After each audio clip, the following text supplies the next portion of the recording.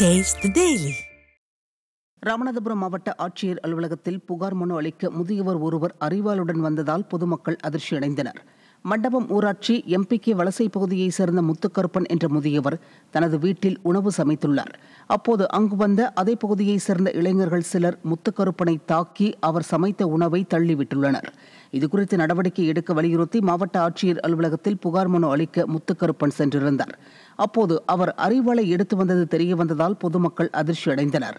திறனற்ற திமுக ஆட்சியில் குற்றவாளிகள் மீது ஏவல்துறை நடவடிக்கை எடுக்காததால் பொதுமக்களே ஆயுதத்துடன் சுற்றும் அவல நிலை ஏற்பட்டுள்ளதாக குற்றச்சாட்டு எழுந்துள்ளது. சென்னை புளியந்தோப்பில் நடைபாதையில் தூங்கியவரின் கால் தொடை எரிந்த நிலையில் சிகிச்சைக்காக மருத்துவமனையில் அனுமதிக்கப்பட்டுள்ளார். திருவிக்க நகர் 6வது தெருவை சேர்ந்த 51 வயதான அல்லபக்ஸ் என்பவர் மனைவி மற்றும் பிள்ளைகள் பிரிந்து சென்றதால் தனது பெரியம்மா அஸ்மத் பேபி வீட்டில் தங்கி ஐஸ் வியாபாரம் செய்து வந்தார். இந்த நிலையில் மது போதையில் அல்லபக்ஸ் திருவிக்க நகரில் நடைபாதையில் படுத்து உறங்கிக் கொண்டிருந்தார். அதிகாலை போதை தெளிந்து எழுந்து பார்த்தபோது கால் மற்றும் தொடை பகுதி எரிந்து கருகிய நிலையில் இருந்ததை கண்டு அழுது புரண்டுள்ளார். இதை கண்டு அங்கிருந்தவர்கள் கீழ்ப்பாக்கம் அரசு மருத்துவமனைக்கு சிகிச்சைக்காக அவரை அனுப்பி வைத்தனர். விடியா ஸ்டாலின் ஆட்சியில் தெருவோர மக்களுக்கு கூட பாதுகாப்பு இல்லாத சூழல் உள்ளதாக பொதுமக்கள் குற்றம் சாட்டினர்.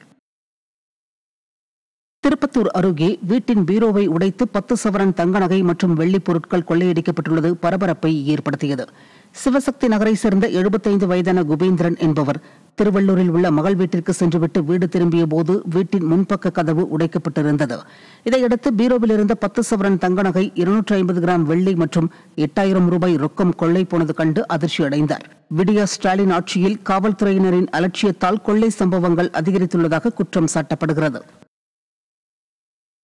வேலூர் மாவட்டம் குடியாத்தம் அருகே விவசாய நிலங்களில் உள்ள போர்வெல் மின் வயர்களை திருடிய 2 சிறுவர்கள் உட்பட 3 பேர் சிக்கினர். சேம்பள்ளி, உப்பரப்பள்ளி, ஜிட்டப்பள்ளி, தட்டப்பாறை, சேங்குன்றம் உள்ளிட்ட பல்வேறு பகுதிகளில் கடந்த சில மாதங்களாக விவசாய நிலங்களில் உள்ள ஆழ்துளை கிணறுகளுக்கு செல்லும் போர்வெல் மின் வயர்களை சில மர்ம நபர்கள் திருடிச் சென்றதாக கூறப்படுகிறது. இந்த நிலையில் போர்வெல் மின் வயர்களை திருடிய தட்டப்பாறை பகுதியைச் சேர்ந்த விக்னேஷ் மற்றும் 2 சிறுவர்கள் பிடிபட்டனர். நிர்வாகத்திறனற்ற ஸ்டாலின் ஆட்சியில் காவல்துறை மீது பயம் இல்லாததால் குற்ற சம்பவங்கள் அதிகரித்துள்ளதாக பொதுமக்கள் குற்றம் சாட்டியுள்ளனர்.